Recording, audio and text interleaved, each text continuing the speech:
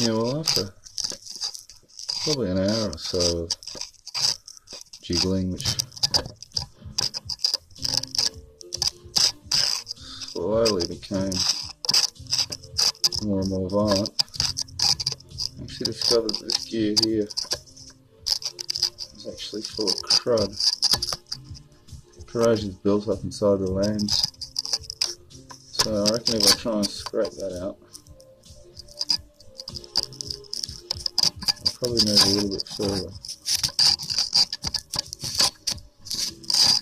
Anyway, brute force doesn't always win, and I thought I'd better stop before I break anything really worse. So I'm going to give that a bit of a scrape,